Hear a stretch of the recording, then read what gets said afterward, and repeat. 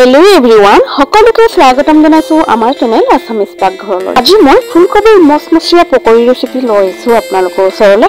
আশা কৰিছো ভিডিওটো চাই ভাল পাব। এতিয়া পলম নকৰাকৈ ভিডিওটো লৈ আগবাঢ়ো। ফুলকবিৰ পকৰা ৰেচিপিটো বনাবলৈ মই এটা ফুলকবি বইল কৰি ললো। এতিয়া এটা বাটিত মই ফুলকবিখিনি উলিয়াই ললো। ফুলকবি মই গোটেইখিনি দি দিয়া নাই, মোক যিমানখিনি প্ৰয়োজন হৈছে মই সিমানখিনিয়ে দিছো। এতিয়া এড কৰি দিলো এটা পিয়াজ মই কাটি লৈছিলো মিহিকৈ আৰু এড কৰি দিলো ধনিয়া পাত। এতিয়া এড কৰি দিলো কেঁচা জলকীয়া 4টা কাটি লৈছিলো মই কেঁচা জলকীয়াখিনিও এড কৰি দিলো। দি দিলো 2 চামুচ মই বেচন, যেহেতু পকৰি বনাব লৈছো বেচনটো লাগিবই, আৰু দি দিলো 2 চামুচ পিঠাগুড়ি।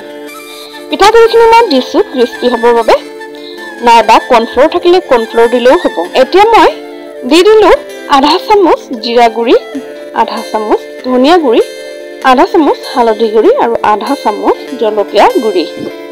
সোৱাদ অনুসাৰে নিমখ দি দিলো আৰু দি দিলো আধা চামুচ কচুৰি মেথি। বেলেগ আৰু একো মছলা নিদো। এতিয়া এইখিনি মই ভালদৰে মিক্স কৰি ল'ম। ভালদৰে মিক্স কৰি লৈছো, আৰু যিসকল ভিউৱাৰ্ছে এতিয়ালৈকে মোৰ আসামিজ পাকঘৰ চেনেলটো ছাবস্ক্ৰাইব কৰি লোৱা নাই, প্লিজ সকলোৱে ছাবস্ক্ৰাইব কৰিব আৰু নিজৰ বন্ধু বান্ধৱীৰ লগতো শ্বেয়াৰ কৰিব, আৰু ওচৰতে থকা বেল আইকনটো ক্লিক কৰিবলৈ নাপাহৰিব। শুকান হৈছে, সেয়ে মই অলপ পানী এড কৰি দিছো, ঠাণ্ডা পানী এড কৰিছো।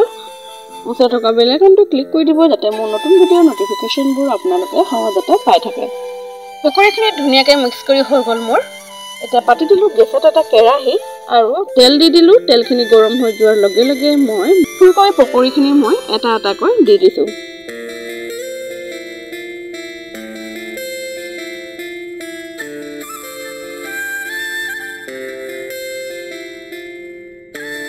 পকৰিখিনি দি মই কিছু দেৰিৰ বাবে ৱেইট কৰিছো, যাতে এটা চাইড ৰঙা হৈ যায়। 2 মিনিটমান পিছত এটা চাইড ধুনীয়াকৈ ৰঙা হৈ গৈছে, মই লুটিয়াই দিছো। আনটো চাইডো ৰঙা হোৱালৈকে অলপ ৱেইট কৰিছো, আৰু আনটো চাইডো ৰঙা হৈ গৈছে। এতিয়া মই এইখিনি অলপ লৰচৰ কৰি এখন প্লেটত উলিয়াই লৈছো।